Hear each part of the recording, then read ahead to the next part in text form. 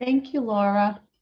Good afternoon to those of you, maybe good morning to some of you out in the West. My name is Esther Ann, and I'm with the Capacity Building Center for Tribes. I'm Passamaquoddy from the Dawnland here in Maine, and I'm happy to be here. I love seeing all the numbers of attendees. It keeps rising.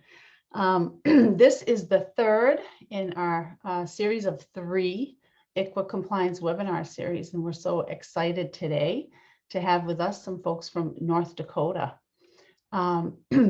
We know we have a large audience for this series, and we will do our best to answer or direct your questions that come in. If we don't get to them live, we'll do our best to examine them after the webinar to provide you with resources to the best of our ability. It's important to mention that the Capacity Building Center for Tribes recognizes the complex legalities around ICWA implementation. And we want to remind folks that we are not in a position to give legal advice. So some questions may not be answered, but they're still good to pose those questions for the group to consider.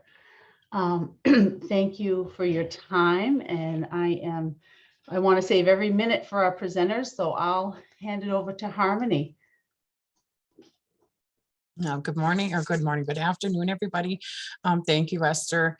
Thank you to the Capacity Building Center for Tribes for inviting us and giving us this time to share the work that we've done with the ICWA Implementation Partnership Grant from the ACF. So, but I'm Harmony Bercier. I am an enrolled member of the Turtle Mountain Band of Chippewa Indians. I am coming to you from Belcourt, North Dakota, my homelands, my grandmother's house today. And I'm also the grant manager for the ICWA Implementation Partnership and an ICWA trainer. I'm going to let my colleagues introduce themselves and then we'll get moving. Jessi? Hi, everyone. I'm Jessi Leneaugh, and I'm an enrolled member of the Rosebud Sioux Tribe in South Dakota. And I work on the ICWA Implementation Grant as the program director of the ICWA Family Preservationist program.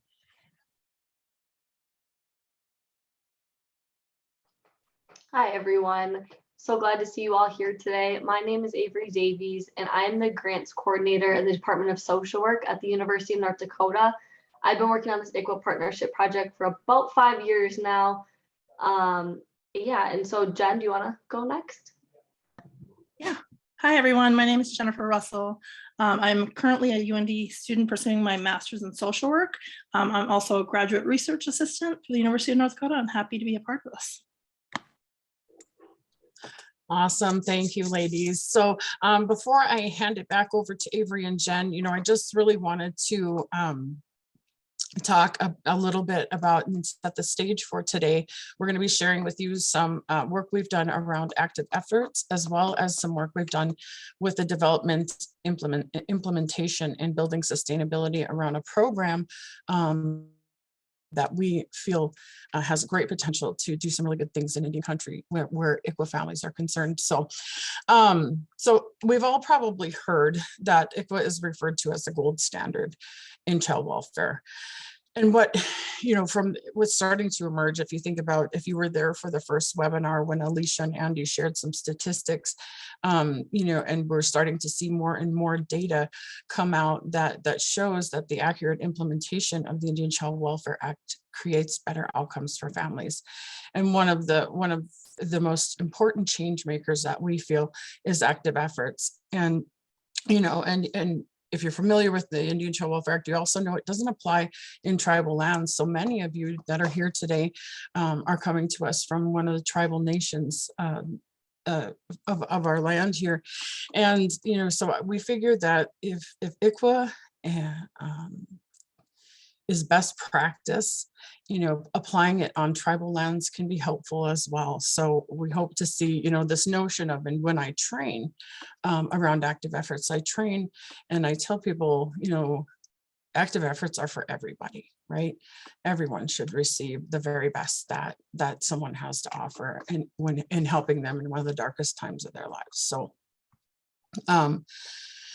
So, one of the things that our grant has been really successful, I think, in doing is trying to evaluate and understand our issues, whether it's using qualitative or quantitative data to help us move forward and find ways to create that change. So I'm going to hand it over to Avery and Jen, and they're going to talk to you today about one of those kind of qualitative, quantitative ways that we've used to move work forward here in North Dakota.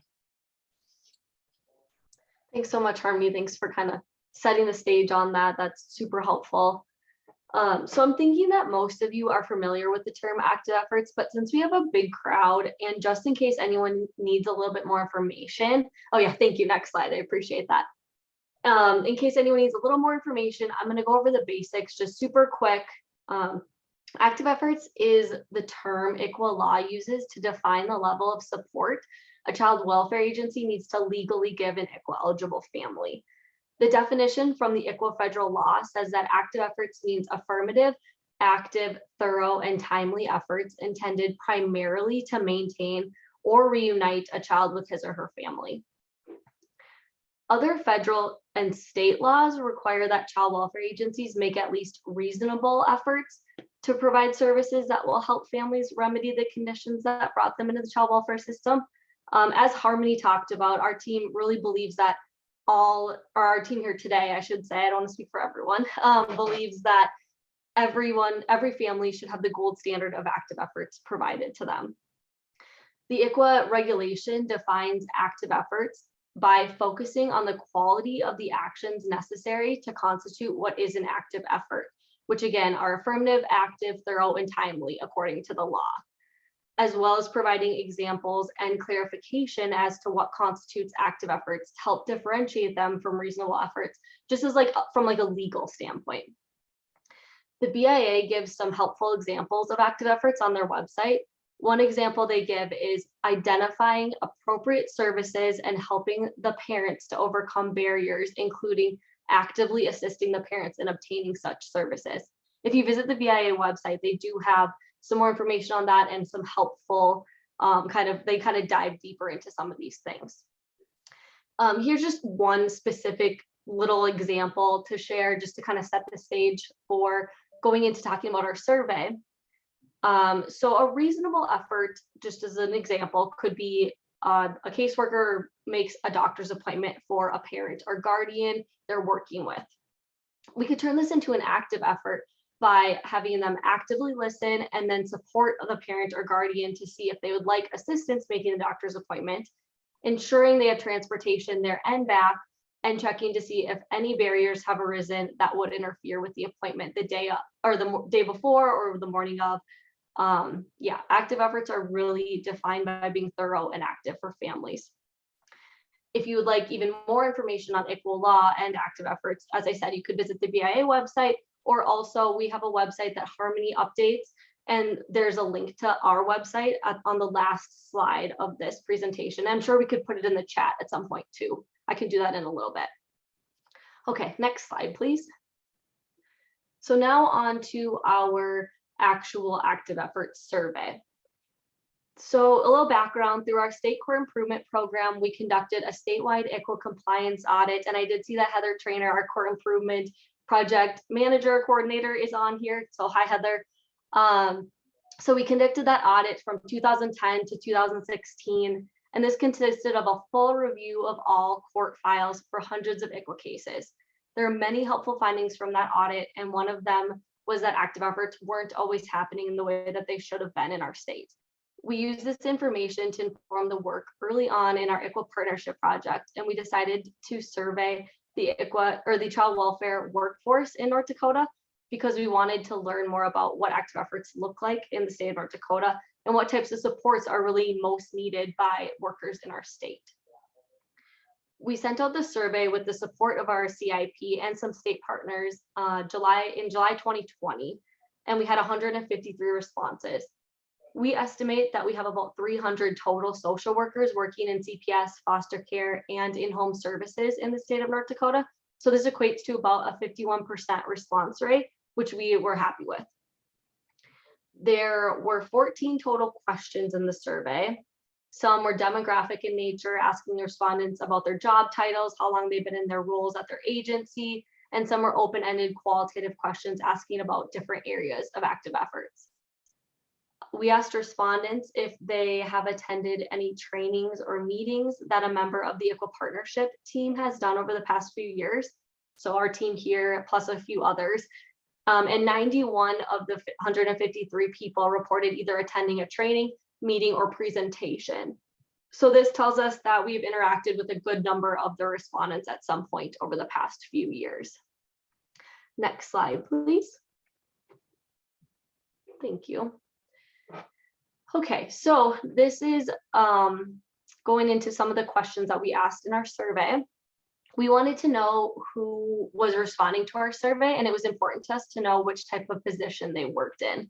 So the little graph on the right side, just to display some of the positions people work in. 43% of respondents reported working in CPS case management, 21% in foster care case management, 16% working for the court system, 12% reported some other type of employment, 6% in home services, and 2% working as parent aides.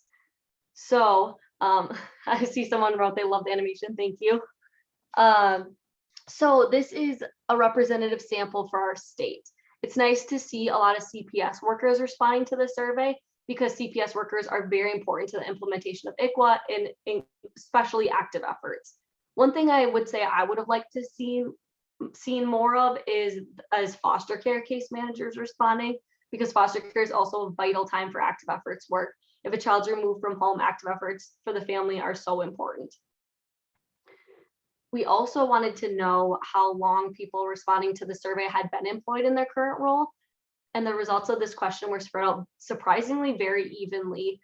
20% reported working in the roles for less than 2 years, 15% 2 to 5 years, 21% said 5 to 10 years, 24% said 10 to 15 years, and 20% said they'd been working in their agency for 20 or more years. So this is a nice spread out sample. We didn't get all new workers, all like really seasoned workers. We were happy to see that. And another question we had was which area of the state of North Dakota were people employed? And respondents were from all across the state of North Dakota. There was at least one response from every human service zone in the state of North Dakota, with a larger representation in our larger, more populated areas, which indicates a nice representative sample for our state, which we were happy to see. So I will now pass it on to Jen to tell you a little more about some of the specific questions we asked and some of the responses we received. Okay, so the question, what do providers use for active efforts, was asked. And 52 of the respondents, about half of the respondents, stated that mental health in the form of therapy, counseling, substance abuse was one of the most commonly used, while 33 respondents stated that the basic needs such as bus passes, gas vouchers, childcare, and housing were the second most common. And then 20 respondents stated that family preservation in the form of parent aides, visitation centers, and in-home services were the third most provided. Culturally responsive providers came in next with 9 respondents. This category included treatment programs and cultural centers. And then the last category, the other category, had 8 respondents, and that included law enforcement and CPS. Next slide, please. And then for this one, we asked the respondents, what are the biggest barriers to providing active efforts in your zone or county? And the majority of respondents identified a lack of culturally responsive resources or services, such as services on or near reservation communities, culturally responsive services, native foster homes, and a lack of cultural supports for foster parents. And then the second biggest barrier group was identified was practice-related challenges, and those included a deficit in training of ICWA among county and zone staff, not enough time for real engagement with clients, sporadic experience with ICWA cases, difficulty navigating services, a lack of Native American workers in zones or counties, and then high caseloads was also mentioned. And then the third group identified was the other category, and this included things such as lack of mental health and early intervention services. Following this group was transportation, and that was compounded by remoteness of many families to urban areas. And then lastly was housing, and that included affordable housing, wait lists, lack of shelter space for this question. Next slide, please. And then this one was, what are the question we asked was, what are the active efforts your client needs, but are hard to provide in your region due to resources, including time? And so when we asked that question, overwhelmingly respondents stated that community resources were the biggest need. A total of 89 responses highlighted this. And of those 89 responses, the biggest community resource identified were substance abuse services, transportation services, housing, mental health services. And then we have the things that were mentioned, the 8 times or less that I'm not going to get into, but they're on the PowerPoint if you'd like to reference those. And then resource shortages also included training, which respondents identified as the most significant areas of training being education for parents, including culturally appropriate parenting classes offered, mentoring for parents and children. And then there was active effort specific training that was mentioned, and training for foster parents. And then the final area of resource shortages the respondents identified were practice reforms.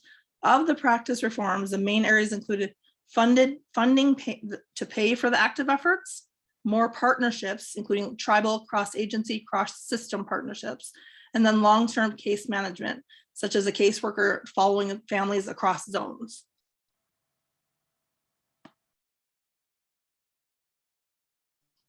Thanks, Jen. So from all the information Jen shared, we pulled out some implications and limitations of our survey. This is not a comprehensive list. I'm just gonna go over some of these quickly now, but all of them are listed on the PowerPoint, and people can reach out if they want to talk more about this or have questions too. So as I said earlier, we had a reasonably high response rate, and we were happy with that. Most of the respondents gave good information that is helping us think more about training and resource specific needs. The specific topics that respondents referenced were not surprising to us, but they did let us know what people who responded to the survey prioritize when it comes to active efforts, and we find that really helpful. One area that we were surprised by was the lack of native foster homes wasn't mentioned in the responses as much as we would have thought, because we know that this is an important need across the state of North Dakota. The main limitations we noted for this survey are that it's a convenient sample and everyone's self-reported, social desirability, meaning that people may alter their answers to be perceived as what they believe to be in a better light. The sample is cross-sectional. We only left the survey open for about 3 months to collect responses, and selection bias, possibly the people who responded to our survey were already more interested in active efforts. This survey has and will continue to help us build on our work in North Dakota and create sustainable programs and plans for once our grant is over. I know we went through that pretty quickly, but the slides are available, and like I said, links on the last slide. You can reach out with questions. I can put my email in the chat box if people wanted to reach out. And then we do on the last slide also have a link to the actual survey, so you guys can go in and look at it and read the questions. And if you want to take those questions and adapt them for a survey that you might want to create, please feel free to do that. We'd love to share and would be happy for that. So now I will pass to Jessi and Harmony to tell you about a vital part of our sustainability plan and one of the most exciting programs we have developed. Just a minute, Avery, did we want, we had a question come in. Did you want to wait till after the presentation to answer? It was about resource availability. Okay, let me read it real quick. It says, did you identify any differences in resource availability in rural versus urban areas or other regional differences? That is a good question. We haven't really fully broken that down. We do know already for sure that we have big resource differences in our rural versus urban areas. North Dakota overall is still, the entire state is more rural than most other states. Even our urban areas are smaller than most other states' biggest urban areas. But we definitely know that we have resource shortages in the less populated areas of the state for sure. And I think that people definitely mention that. We didn't note that specifically as something that really stood out, but we noted a lot of resource shortages, and quite a few of our respondents are from very rural areas. Is that helpful? I can send more information too if that's not a complete answer. That was great, Avery. Thank you. Okay, Harmony and Jessi, on to you. All right. Thank you so much, Avery. Very important work, and we like to understand, what our issues are before we try to solve them. So we're going to be using this as we revamp before the close of this grant. We're going to revamp and modify, augment our existing training to include and to address some of these things. So, but on to one of our most exciting things that we've done with the grant is, so from the first webinar, as I mentioned earlier, Alicia and Andy shared with us the importance of, in the ICWA baseline measures, I can't remember, ICWA, something, baseline measures report. Yes. They talked about how, the provision of active efforts, the timing of active efforts, as well as tribal intervention, all led to better outcomes for families. So one of the things when we began working on this grant, I was in charge of developing training to train the statewide workforce. And we had a subcontractor, which is the Native American Training Institute, and their job was to focus on training our tribal workforce, and more specifically in developing a training around qualified expert witness.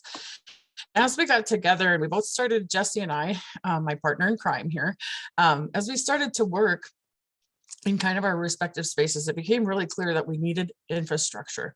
There was, this expectation and this space for tribes to come to the table, but there was no way for it to happen. There was no infrastructure for tribes to really be able to come to the table, because in our state alone, just a little bit of if you're not too familiar, we have about 860,000 people in the entire state, which is less than some cities, and it's a pretty big state. But we have 4 tribes here, and our 4 tribes, our largest tribe, which is the tribe I'm from, the Mountain Banded Chippewa Indians, there's about 33 to 36,000 members at any given time. And then we have Spirit Lake that has 7,500 members at any time, but each tribe only gets 1 ICWA coordinator.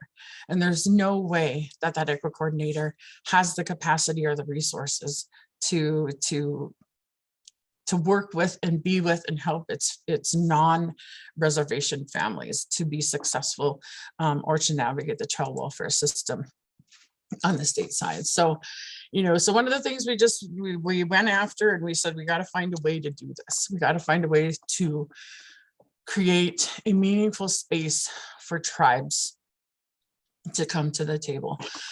So we put our brains together, and we met with partners after partners, and we threw out different ideas, and some things were shot down. But at the end of the day, we came up with what we feel like is a model that will really help to actually actualize ICWA and to make it do what it's intended to do. Because we know that ICWA has been around for like 43 years or so, but yet it really hasn't had the impact in every space. In some spaces, yes, it has, but it hasn't had the impact that it's intended to have, because disproportionality remains high across the nation. And so, and one of the biggest change makers, like we've talked about, we believe is active efforts before removal and during the whole life of a case. So, but as we began to grow this program, North Dakota is also under a lot of change right now. They implemented a whole new way of doing child welfare. They use the safety framework practice model. So while we're coming in and trying to do great things, I think it was ultimately really good timing, but it was a lot of change for our system and for our workers, both tribal and non-tribal, and for families. So, so what we did is we kind of developed a program that really focuses on and is aimed at helping to address limited tribal capacities and resources. So any of you, and many of you do work in tribal spaces, ICWA offices are commonly housed within tribal social services, and if not housed directly within, there's collaboration and partnership in between, those two offices usually, but they just don't have the capacity in tribal nations, period. Getting your CPS workers and your 40 eligibility workers and staffing your system that can meet your needs is difficult. And, we see that here in the state of North Dakota with almost all of the tribes at different times, their capacity, there's different levels of capacity within the tribes just in our state, but just not enough capacity to really be able to be in meaningful spaces and places with families who don't live on the reservation, and to help them be successful and successfully navigate the state child welfare system. So we developed the ICWA Family Preservationist program, which is essentially a program that's meant to empower tribes to develop that infrastructure. We began looking at sustainability when we began developing the program. So we knew one of the things that I said, that we said as we began this grant work is we're not going to be a grant that does amazing things while we have all the money. We're going to build infrastructure, and I feel like we've done that, and we'll talk a little bit more about that as we move through today. But really, what the ICWA Family Preservationist program does is brings the tribe to the table in a meaningful way, and creates the balance between the state, the tribe, and the court systems. Because oftentimes, and you'll see in some of the work from the baseline measures report shows that when the tribe comes to the table, the earlier tribe that comes to the table, the better the implementation or the accurate implementation of ICWA is. So let's get the tribes to the table as early as we can. So I'm going to let my partner take over from here, and she's going to give you a little bit more about the details on how we do this and work the program. Thank you, Harmony. So what you see here is an infographic that we developed for our program, and just kind of going off what Harmony said, that our model is very true to and very much supports the true intent of ICWA, and that is to be a family preservation model, and to keep families together, and to have more done at the beginning of the life of a case than to wait for the final hour of the case. So this infographic is what we give any worker that we train, and we basically, it just walks them right through our process. These links you can click on these links, and what it does is, so right from the beginning, if a 960 report goes to full assessment, then the worker needs to ask, is there reason to know if this child is Native American? And if there is, then step one starts what we have here in North Dakota is our ICWA inquiry form. And that was a form that's created with all 4 tribes and some state workers as well. And this is the form that we use across the board here in North Dakota. So workers are able to click that link right there, and that form pops up. They fill that out, and then at the bottom is the tribal information, so they can quickly get that inquiry form emailed off to the right tribe that the child may be enrolled in. And then from there, we have a tribal response form, so that they verify eligibility or if they're able to be enrolled. And from there, the worker can expect to get back this ICWA response form, inquiry response form. And it's in that form that it says if the child's enrollable, and in the IFP is assigned at that point by the ICWA worker. And so, which brings us to step 3, right? They're assigned and they join the team. And so from there, they begin to follow the life of the case. They are assigned at the first threat of removal. And so with that, next slide, please. This slide showcases how we feel that our IFPs can follow the life of a case, right? We believe that so much can and should be done before court. that somewhere along the way there became this misguided notion that ICWA was about children in foster care. And we really wanting to dispel that and show that so much can be done before we've had cases here that haven't even had to get to the point of moving through court and removal, because we've done the work up front. We're working with the on the CPS level, the in-home level, and then foster care, and then court if it comes to that. So just really we're wanting the majority of our work to embody the spirit of ICWA, and that is to prevent that out-of-home placement. So, and I won't go through each of these, you will all get access to these slides. So next slide, please, Harmony. Jessi, would you want to answer a question that came in the chat? Sure. Is the ICWA response form sent to tribal social services, and who is the person with the tribe who responds? Who from the tribe responds? Sure. So the ICWA inquiry form goes directly to the ICWA coordinator, the one ICWA coordinator that each tribe gets. And so from there, that ICWA coordinator will work to fill out that response form to get enrollment and assign the IFP. And then that form's returned directly to the caseworker that sent them the initial inquiry. Wonderful. And another person has asked if the copies of the inquiry form and response form can be provided to people. If they're not, they sure can be. Okay, wonderful. We'd love to share our things. So yes, we definitely would love to share that with anyone that would find value in it, for sure. Wonderful. So thank you. Yep. Next slide, please.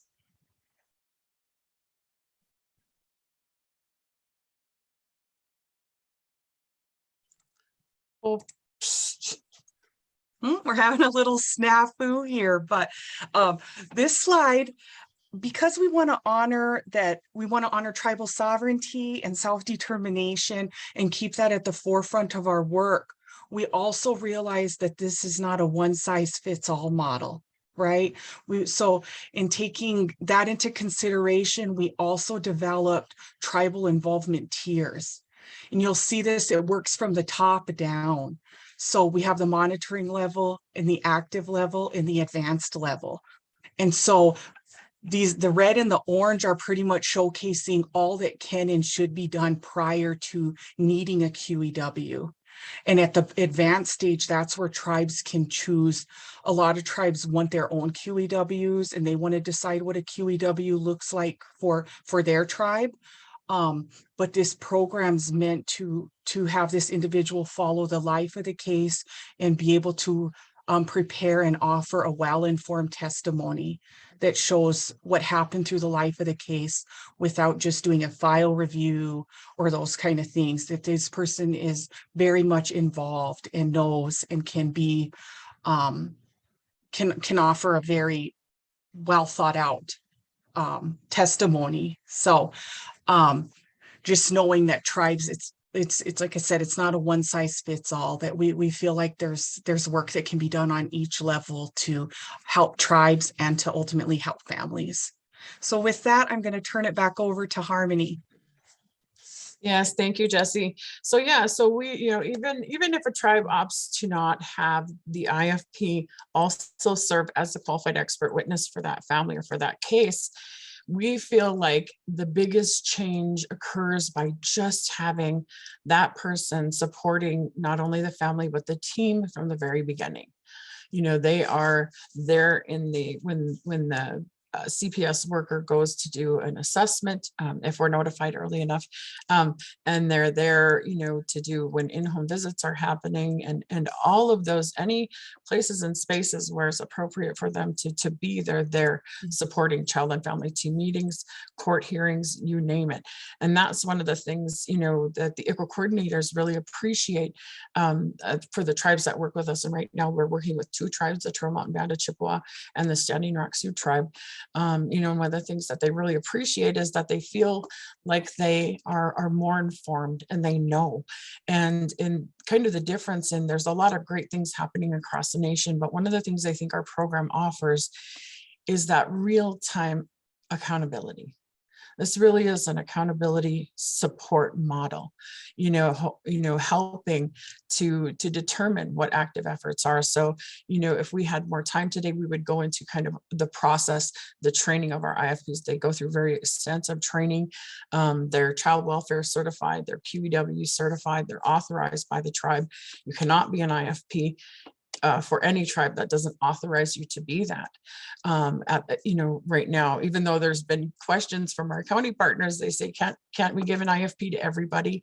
And because ICWA is based in a political relationship, we honor that sovereignty in this program, and only actual ICWA workers for tribes can assign IFPs. And then those IFPs, of course, take everything back to the ICWA coordinator.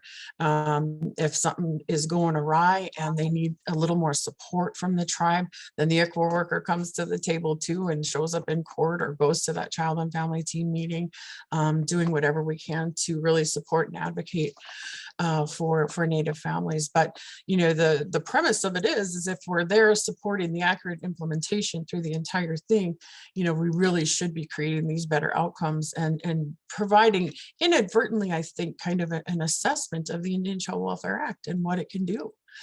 So I'm glad to see all this other research showing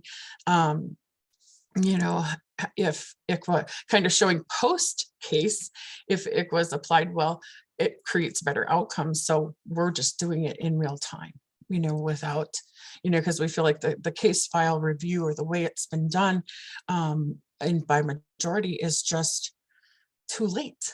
It's too late to help these families. You're coming to the table too late. So we want to make the tables, be a part of the tables, and help families. And so let's see, I manage moving through. Okay, so let's see. I was just looking at the questions here. North Dakota does not have an ICWA court right now. That is something we are working with CIP. We've had conversations with Sheldon and some national partners about some potential of moving in that direction. And that's one of the things that will carry on after the life of this grant through the ICWA subcommittee, through CIP. We'll be addressing and managing some of those things. So another question in here, you said the ICWA worker that the tribe gets, is that a position that the tribe or state pays for? I am not certain who pays for the actual ICWA worker. If anybody here knows, I would appreciate some support in answering that question. But so yeah, so on your screen, what time we got here? Okay, on yours, we'll try to finish up so we can address some more questions or answer questions. And it's snowing here just now anyway. Side note. So on your screen, you'll kind of see this is a synopsis of what we've done in the families that our 2 IFPs have served. We've launched this program in 2 of our largest counties in North Dakota, with our largest ICWA representation in their counties. So that was Grand Forks County and Burleigh County. They were brave and joined us in this adventure. And of course, as you develop and bring something brand new, a new way of being to the table, it shakes up your system a bit, so it's really through concrete, solid determination and partnership and collaboration that we have been able to implement and create some really good changes for these families in these 2 counties in particular. And these 2 counties are very different. They're very, very different counties. They have different court systems. They have different policies and procedures that they run by. So we found effectiveness in both spaces. But just kind of, so overall, they've served 90 families. Those 90 families had 162 kids. We've had 16 reunifications, 7 TPRs, and most of those TPRs were not cases in which an IFP provided support. They were cases kind of like moms leaving babies at the hospital kind of thing, where there really isn't a chance to engage the families. We've had 3 kids age out of care. we try to and hope to and have increased the impact of in-home services. So we're trying to, go from CPS and not just say, okay, there's no danger, but this family obviously needs help, really trying to advocate for them to get some in-home services so that they don't represent to the child welfare system. So, and then we also monitor preferred placements. 16 family placements and 5 native foster home placements is where we're at. But we do, as we addressed earlier, like many other states, if not all states, have an issue with capacity in native foster homes. So often, many of our children are still placed, in non-native homes. So that's just kind of a snippet of a little bit of kind of the work that they do. And it's actually really split very even though Burleigh County has way more, a bigger population than Grand Forks County. They have like an equal representation in the data that we're sharing today. So where are we now? So one of the things that we were just really kind of excited, we are just now starting to go through kind of our more intense outcome measures through data and looking at files and looking at different variables. But one of the things we did is we asked the county to track their disproportionality rates. So when we began in Grand Forks County, so in Grand Forks County, about 3% of the population in that county is Native Americans. And in their child welfare system at the time when we launched on March 1st, 2020, at the beginning of the pandemic, so we've also had some interference from the pandemic as well, they had 45% of the kids that they had in their foster care system were Native. And when we had them pull the stats at the beginning of February, so 20 months into implementation, their percentage had dropped to 28%. So a 17% drop in 20 months, and we all know child welfare cases can be long. And one of the other things that they've noticed, they didn't give us any solid numbers, just the general sense that time and care has also been reduced. So we'll be looking at more of that data, and hopefully getting that out to share with tribal nations to show the impact of increasing that capacity and the impact that the tribe can have by coming to the table, right? So Burleigh County, like I said, a totally different cat. They saw a 4% reduction in Native American cases. And then we compared these two counties in which the other two larger counties in the state, Ward County and Cass County, that also have high numbers of ICWA cases. And both of those counties had increases in ICWA cases. So we really are seeing this program do what we had hoped it would do. And so one of the things that I wanted to kind of to wrap up with here is our biggest and our most important partners, and the ones where our IFPs are answering phone calls at 10 o'clock at night and providing services, out of the kindness of their hearts. They're not required to do that, but that kind of service and support, and just an ear to listen to, and knowing that they have an advocate, a Native advocate, somebody who understands them inherently, and at the table, have really appreciated the program. Last year during the Native American, the NADI ICWA conference, we had one of the mothers share an hour long of how this program helped her to get a child back when she wouldn't have without it. So our biggest partners, though sometimes they just like the state workers, they mistrust us, and it takes a little bit of time to build some trust with some of those families. We're able to do it, and when we do, that's when the true progress starts to happen and is made. So yeah, just share. I think I'll see if we have some time to answer some questions, maybe before we go into some of this other stuff, because I want to be sure to get to questions before we share other things around. So, do we have questions? Yep, there are some in the Q&A. One of them says, was there a reduction in children overall coming into care during this time frame? If so, does the study's data take into consideration any reduction seen during COVID, potentially because of lack of mandated reporters or other issues?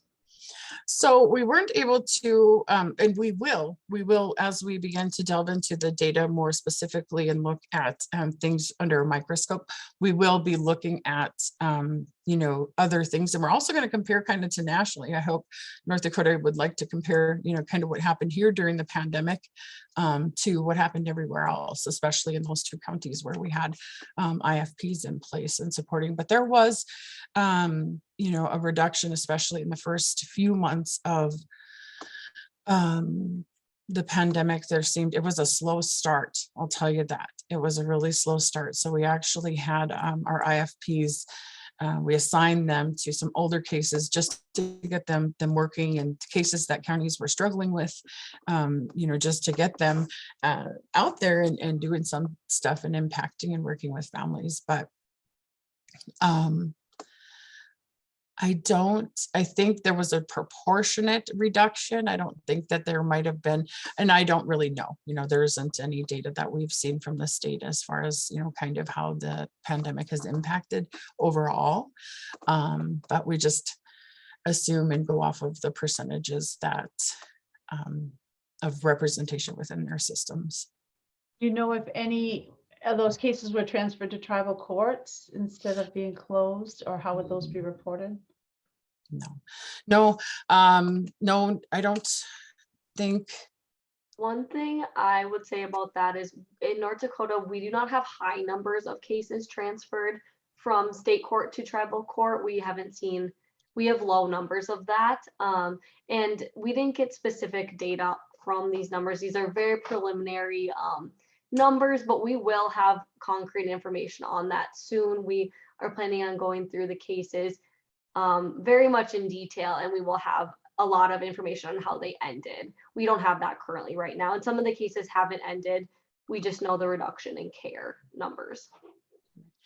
Thank you, Avery. So yeah, one of the things that we hope to do as far as sustainability goes, we're really proud of the fact that because we got a late start in implementing the ICWA Family Preservation. Somebody said, what does IFP stand for?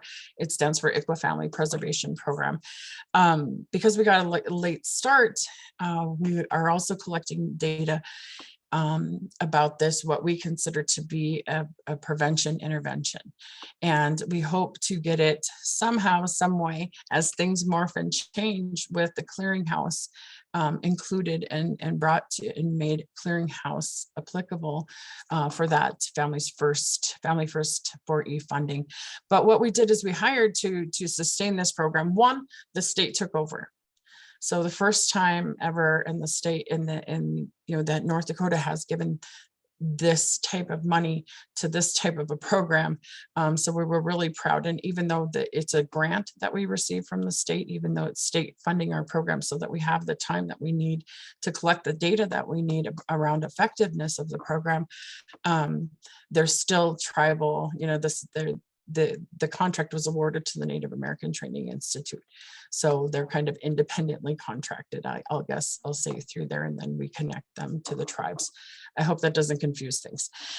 But we also, at the beginning of this, started working with a 4E a consultant to build in some sustainability. And so we have developed a, what's it called, the time allocation matrix, but the time study. So we broke it down into categories, and we broke the job activities down into to moments. And we're just now at the beginning of using, kind of not truly using, but testing the time allocation methodology to see how much of this can be reimbursed. But each of the job activities, as reviewed by Don Schmidt and other 4E experts, are reimbursable activities for 4E, whether you're looking at candidacy or regular 4E money. So trying to find a way to pay for it. Yeah, that's great. Someone in the chat had a question about utilizing CASA volunteers. So yeah, so all the state assigns CASA volunteers, and that's kind of where we started. We thought we needed, and Minnesota has the ICWA Guardian Ad Litem program, a great program. We met with them early on, and we kind of thought, hey, can the ICWA Guardian Ad Litem, if we had one here in our state, can they provide that qualified expert witness testimony? And it kind of washed out real quick, and which led us to this model that really is empowering tribes to be at the table and is not, is super analogous to another system within the state. But all of our families also get we have guardians ad litem in our state, and not CASA workers, but same thing. They also get CASA workers, and our IFPs work with them, and indigent defense and the courts and states attorneys, and they kind of do the whole shebang. So Great. There were a couple more questions in the Q&A. I didn't know if you had more slides to share or if you wanted to keep answering questions. well, it's just, the grant has done, it's just kind of other grant products that we've shared. Please visit our website. A lot of our stuff is in there. We've developed a new letter of the law training. We're hoping to, if I can find more funding soon, bring our in-person training online. And make that a shareable, modifiable product for other states to utilize. But we've developed some really good trainings, the broken link, the breakdown of the Native American family. That's kind of our spirit of ICWA piece that accompanies our letter of the law training. Developed a training called Balancing Bias, where I used cognitive behavioral therapy theory and applied it to bias, and found a way to help workers and people in general just kind of work through notice their automatic negative thoughts. So I give everybody ANTs. So it's kind of a fun little training. And by the end of it's about an hour and a half long. And by the end, you have worked through or managed or balanced a bias that you had. So pretty neat little training. The Native Americans Training Institute is working on, they developed an amazing qualified expert witness training. And that's our IFPs are also trained in that training. They're also qualified to be expert witnesses. But we feel like in North Dakota that a one size kind of fits all qualified expert witness training just isn't really what's best for our state and for our tribes. So we worked with CIP, our tribal partners, and then the grant, and we developed kind of a three-pronged qualified expert witness training, which we hope to, and if anybody out there is interested in work with tribes and states to kind of develop a training in their areas that works for their state and for their tribes. So right now we're working on manualizing that training, and then also building in to the manual the places and spaces where it can be modified to meet the needs of every state. So CIP comes in and we work with them, and they come in and they do the court piece of the training. NADI does the ICWA piece, and then the expert witness piece and the tribal information piece. And then it all culminates with a mock trial in a real courtroom with real judges and real states attorneys, indigent defense, kind of try to give them that experience of being up on the stand. But yeah, so those are just some of the products. Is that delivered in person and are online or a hybrid, the QEW? The QEW is in person. We haven't brought that online, because we want the experiential piece in the courtroom, so we didn't do any qualified expert witness trainings during the thickest part of the pandemic. But now that we're seemingly, and knock on wood, don't want to jinx anything, coming out of that haze, we hope to get back out there and start working with other states and tribes who might be interested in having an end product of a QEW training, train their trainers, and then they have a self-sustaining within state program. Would be great to have some standards, that tribal standards that are here for all tribes to go. So if somebody's a QEW, they've reached some kind of level of, yeah, I like that. Yeah. That's And we don't, fine. part of the qualified expert witness training is that they have to get a recommendation letter from the tribe Yep, prior to even being trained. We don't That's train anybody who wonderful. doesn't have that tribal authorization. So the people who are up on our QEW list on our website, they are all authorized by the tribes here in North Dakota anyway, to serve on their behalf. So And are they authorized to serve on other tribal cases, like to help each other that way? yep. So our part of the training for our IFPs is they go and they spend time, a few days with the tribes that they intend to represent, and then they are authorized by that tribe, and they do. So we do the cross authorization, and so our our IFPs in Burleigh County serve the tribes that have authorized them to do so. That's wonderful. Yeah. Yeah. So it's a pretty comprehensive, supportive model that helps accountability. And like the data is starting to show, we're seeing it in different places, the more accountable and the more somebody accurately implements the law, the better our outcomes, the less out-of-home placements, less time in care, and just stronger, healthier families. Wonderful. So exciting. I'm so happy that we were able to bring this to people today. We've got Yes, so if a large crowd. right, if anybody's interested, or would like to have a conversation and know a little bit more, because this is a lot and we skipped a lot of pieces so we could share the biggest parts.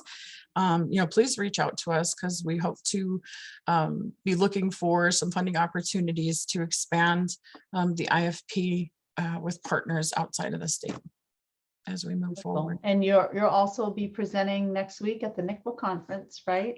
Yep. Then on Monday at 10:30 NICWA's time. It's not 10:30 our time, but 10:30 right after the plenary. We'll be presenting, and that'll be a little bit more in-depth IFP. Yeah, and then we're presenting, Jen and I and Karen Lee Barkdale, who is actually the PI for our ICWA partnership grant. And I don't know what time our presentation is, 1 p.m. NICWA's time, maybe. That seems right. It's the afternoon session also on Monday. Yeah, so if you want to hear more, it'll be similar to what we shared today, just more in depth. We tried to just kind of get you the basics today. Wonderful. Well, it is the top of the hour. It went by really fast. I came here today thinking we had an hour and a half, and then I remembered it was only an hour. So you did a wonderful job of sharing so much information in such a short time. Thank you so much. Thank you. Thanks for having us. Awesome. And Laura will be sending an email. Yes, I did post links to all of the documents that Harmony and her team mentioned sharing, a copy of the presentation as a PDF, and as well as a link to our YouTube channel where the recording will be available. I'll leave the webinar room open for a few minutes so folks can click on those and download them, but I will also send them in a follow-up email. So thank you all for attending, and thank you, Avery, Jennifer, Harmony, and Jessi. It was wonderful learning from you all today. Yes, thank you for having us. Thanks, everybody.